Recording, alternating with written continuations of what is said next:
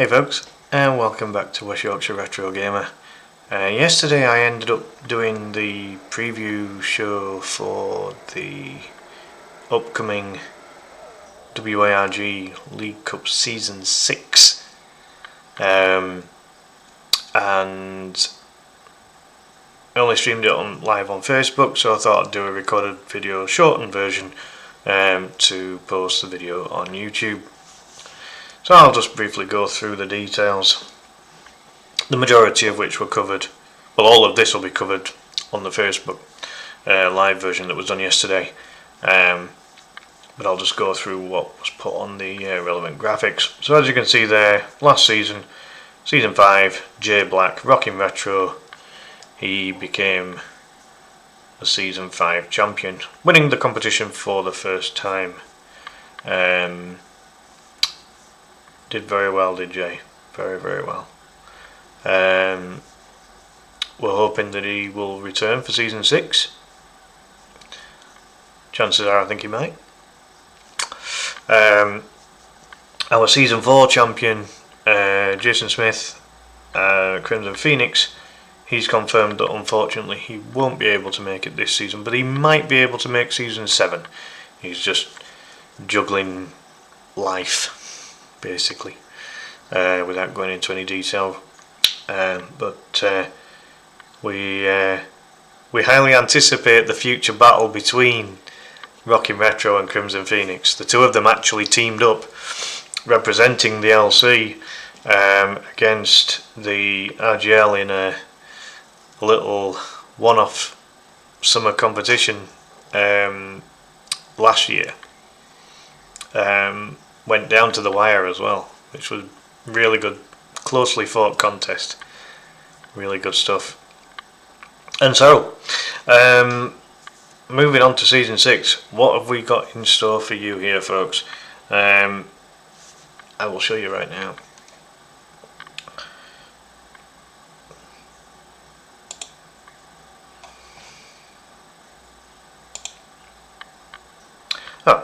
I've clicked the wrong one, but this is the list of games. I may as well stick with this now. So the list of games, we've picked a really good variety and selection again this season. Week 1 that will start from Monday the 20th of October running to Saturday the 25th of October, England time, GMT, etc. Will be Sunset Riders for the Super Nintendo Entertainment System. Quite a popular game overall. 2D side-scrolling shooter. A bit of a Western style about it. Yeah, a good one to start the new season. After that, we've got Tetris Plus. A bit of a modernised take on the original game that came out for the Game Boy all them years ago. That should be a game that almost any player in the competition should be able to at least give a good account of themselves with. It sticks to the basic idea that the classic Tetris came out with and just puts a bit of a modern feel on it. Nice soundtrack, nice graphics with it, so that should be a good test for all that take part. Then we've got an interesting entry here, Burai Fighter for the Nintendo Entertainment System, or Tetris Plus for PlayStation 1, by the way. And as you can see there, week 2 commences 27th of October, running up to the 1st of November. So Burai Fighter, I personally had the Game Boy version of this way back when, and it was only recently that I discovered that it had actually been released for the NES. So I thought this would be an interesting little game to put into the competition. It'll never win a prize for the graphics. There's other NES games that are superior in a graphical sense, but don't be fooled by the name. It is not like a Street Fighter, Mortal Kombat, or Killer Instinct or Tekken. This is actually more like almost like a futuristic shoot 'em up, if you like. You control a little guy that goes around with a gun. You've got 3 variants of weapon that you can collect throughout the game, and you've got to maneuver your way around all over the screen, and obviously destroy whatever enemies come along. And it's got quite a catchy soundtrack. But it's a nice little game, and it's one that I'm looking forward to seeing how everyone does. Due to the fact that I had the Game Boy version, which was Burai Fighter Deluxe. Yeah, good times. Moving on to one of my favourite games for the Nintendo 64. It's high octane. It's F-Zero X. This game is high speed. As I say, it's high octane. It's high adrenaline. Amazing soundtrack. Graphics are on point. Quite hard to control at times, but that's where the skill and the practice comes into it. Should be a fantastic test. As I say, we haven't had that many racing games in the LC before, but we're making sure we put a good one in on this one. Moving on to a game that we've had variants of this in previous seasons. It's Teenage Mutant Ninja Turtles in Time, but it's the arcade version. So we've had the console version, we've had Hyperstone Heist on a previous season as well, but this time we're going arcade style. I keep forgetting to say the date. So week 3 is obviously 3rd of November to the 8th of November. It's always Monday to Saturday, and we always do a preview show / review show on the Sunday as well of each week. And then F-Zero X week 4, 10th of November to 15th of November. Turtles in Time week 5, 17th of November to the 22nd of November. Then we've got a bit of a hidden secret game for week 6, and that is because Jay Black, if he enters the competition for season 6 and defend his title, or try to defend his title, he gets the Champion's Choice. So he gets to pick a game of his choice, has to be retro, and that game will be inserted into week 6, and that's basically part of the prize that he gains for becoming champion of season 5. I already know that if Jay competes, I already know what game it's likely to be, and anyone that knows Jay also knows what game it's likely to be. Chances are he will pick the game that he, in his words, plays to relax on professional mode.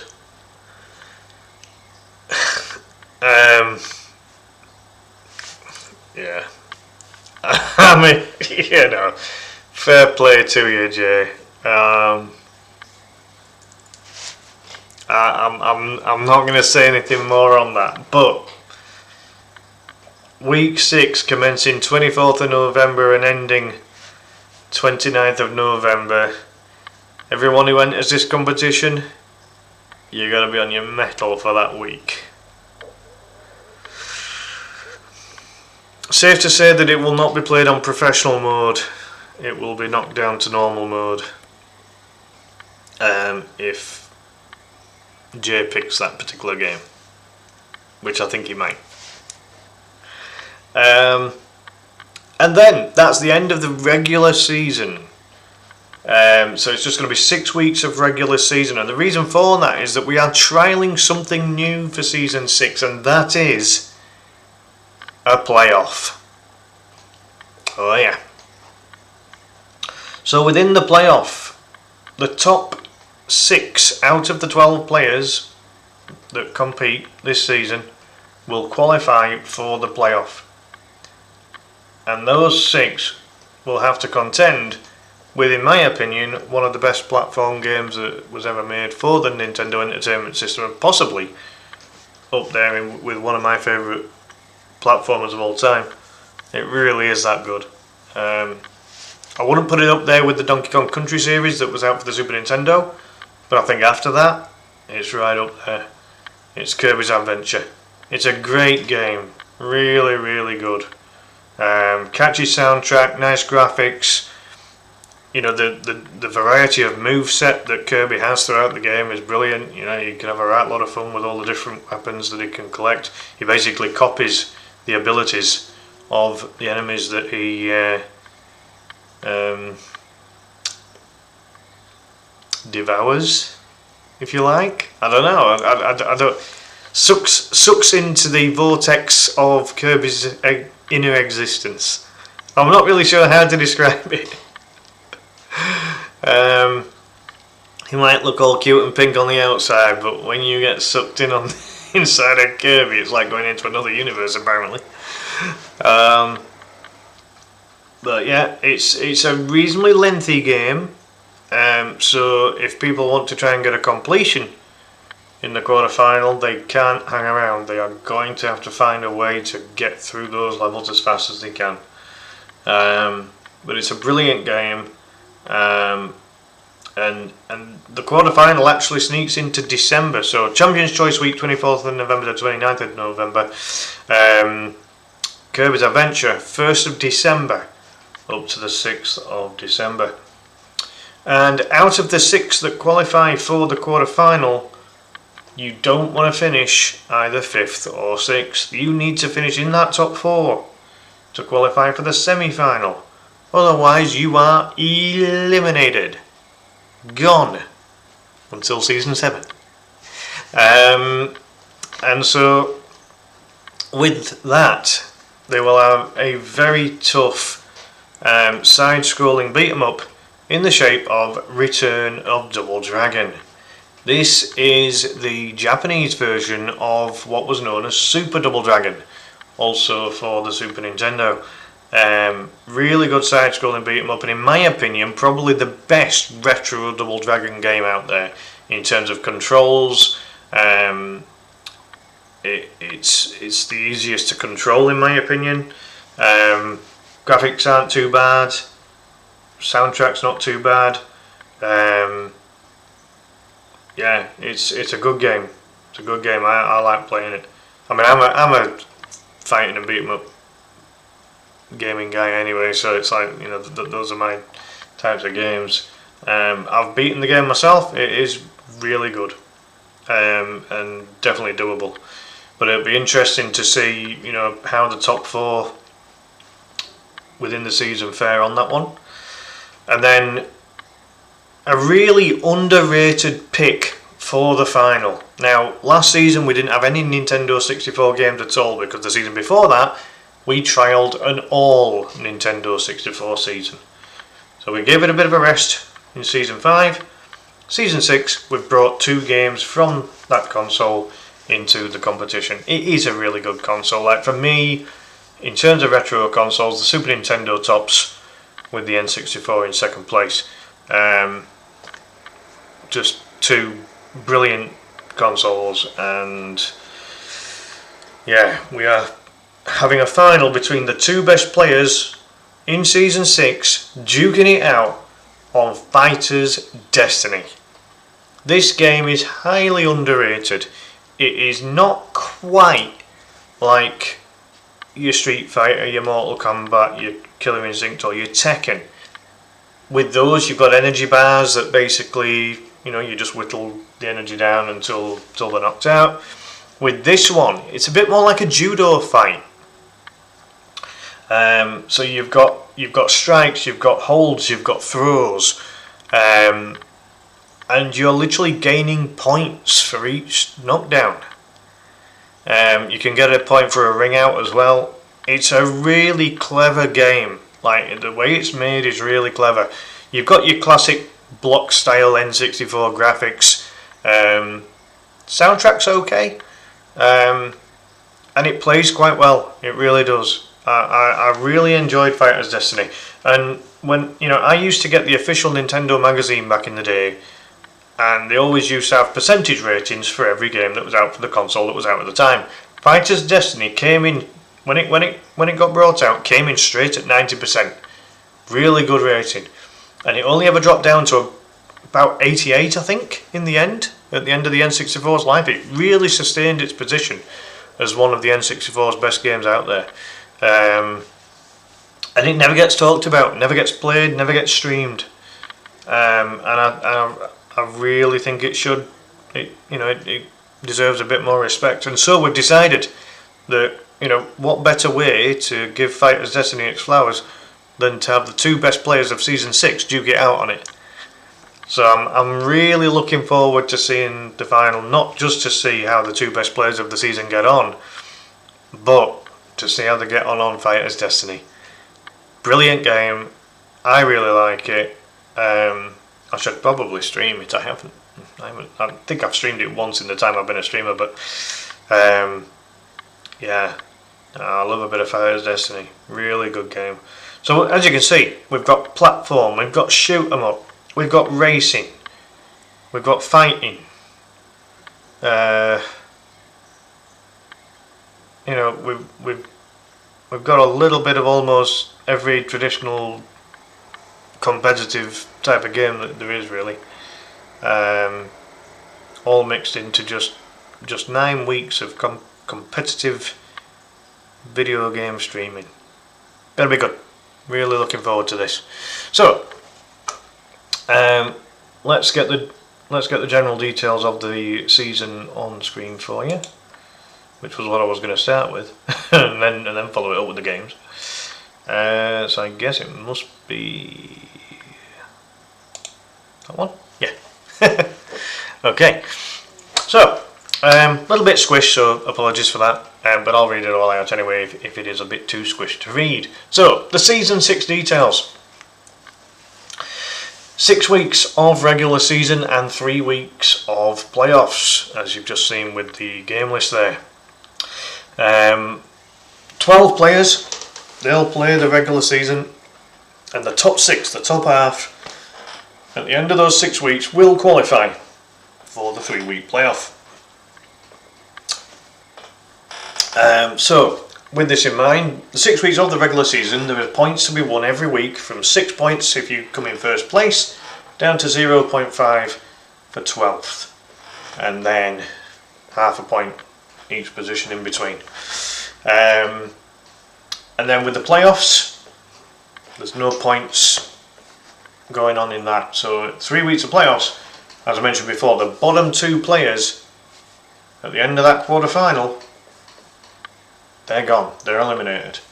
Same process then with the bottom 2 in the semi-final, leaving the 2 finalists to battle it out on Fighters Destiny and be crowned the Season 6 WYRG League Cup champion.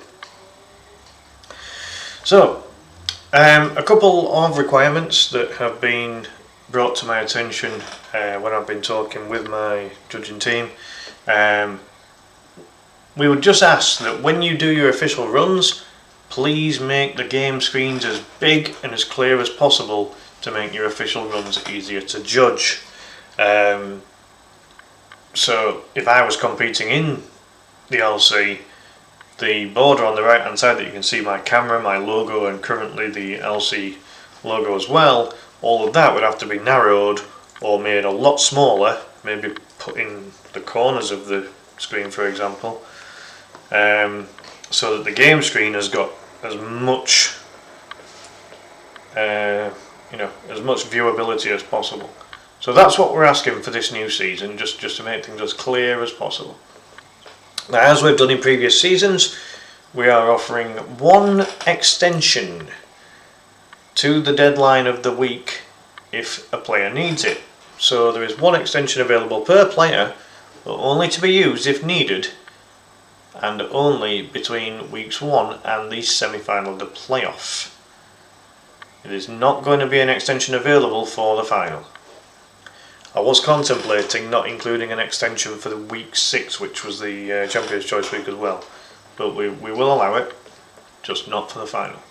You don't have to use the extension, but if you've got an emergency come up, or if there's something that's happened that means that you need to stream, on the Sunday instead of the Saturday, it's there for you, but you can only use it once. And the extension gives you literally 24 hours of additional time to get your run completed. So, the rules for all of the weeks will be made available before week 1 starts.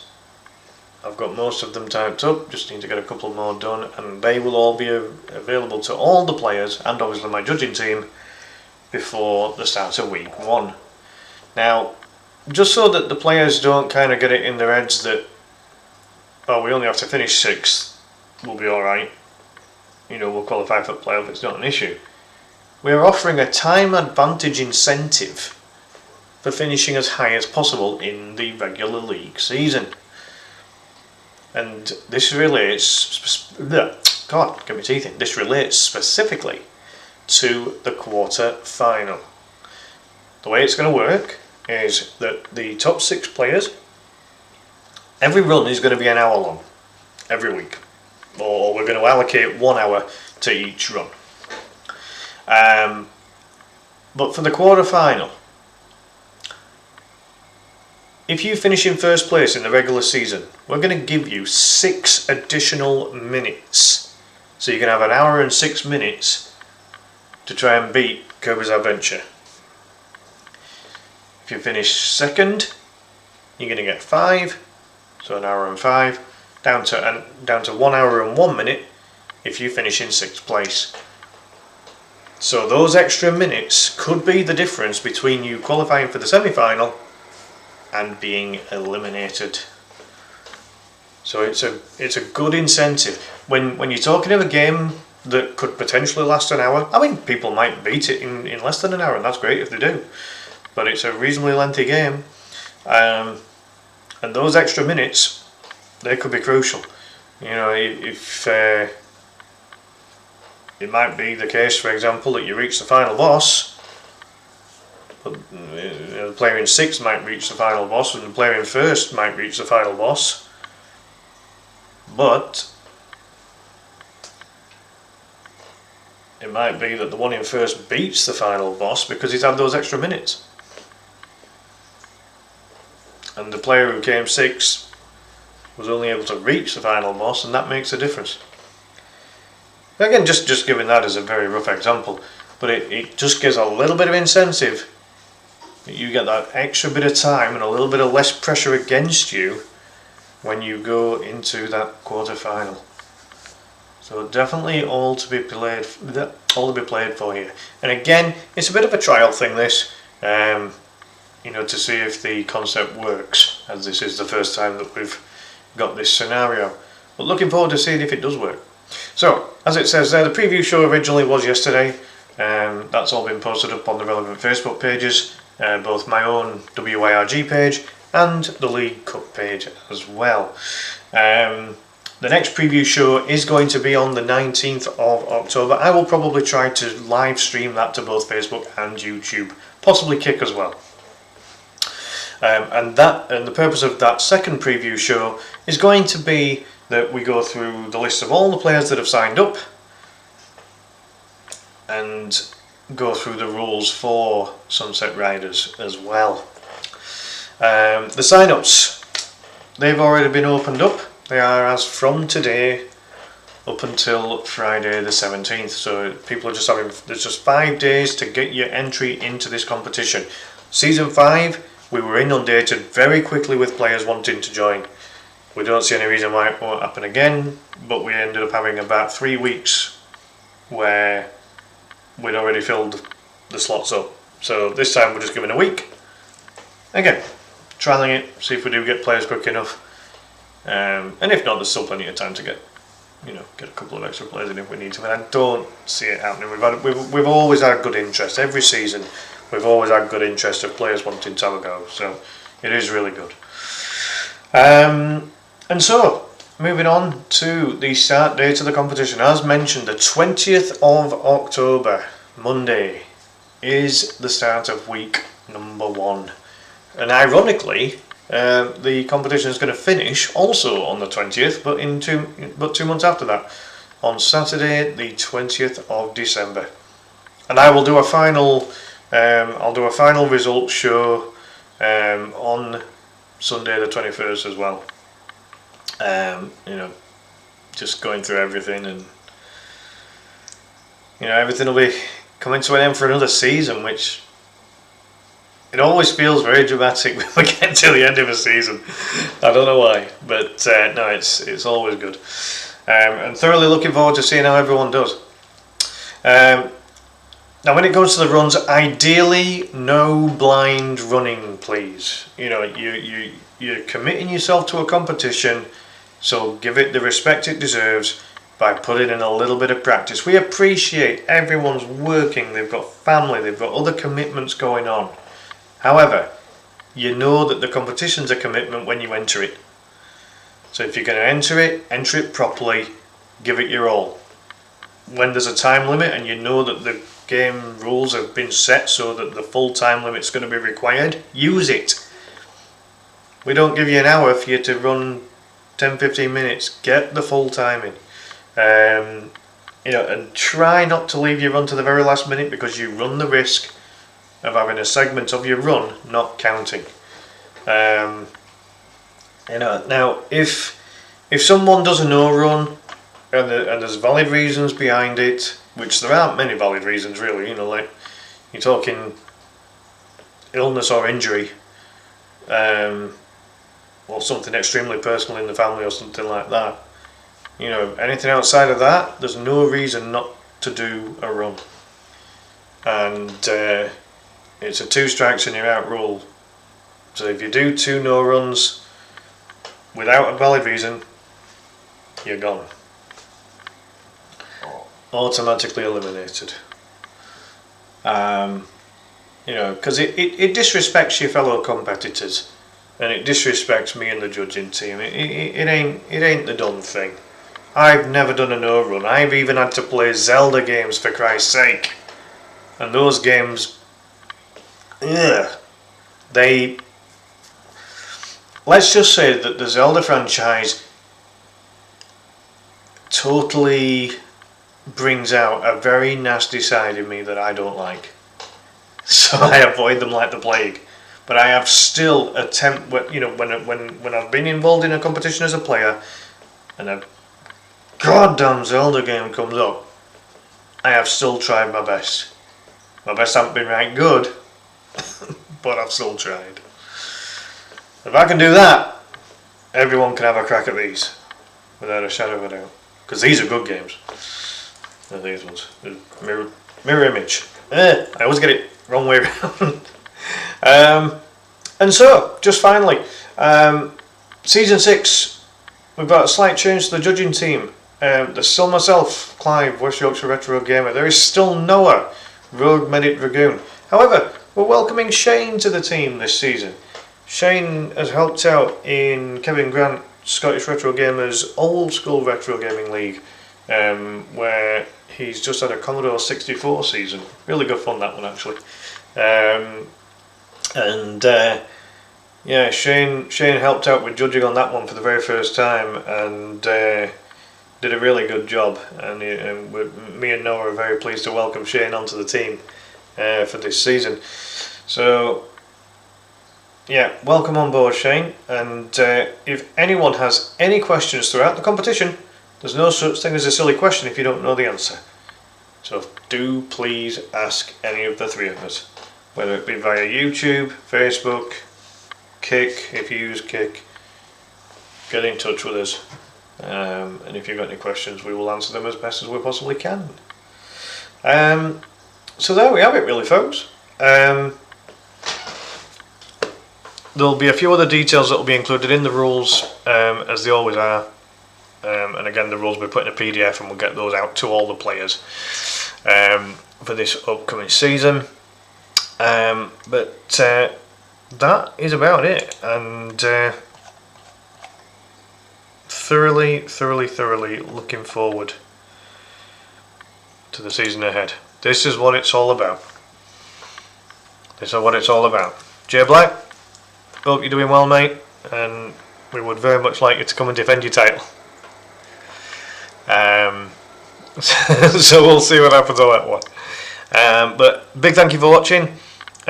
do please give the video a like. Do please subscribe to the channel if you haven't already. And on the next preview show, I'll announce who's going to be competing. Please go and check those players out as well. Really good folk, really good game players, really good streamers. So go give them a follow on Facebook, a subscribe on YouTube, and whatever it is on Kick. I haven't used Kick in ages. I've forgotten what it is now. Might be a follow on Kick as well. But you get the idea. So in the meantime, enjoy the rest of your day. I'll see you next time. Bye for now.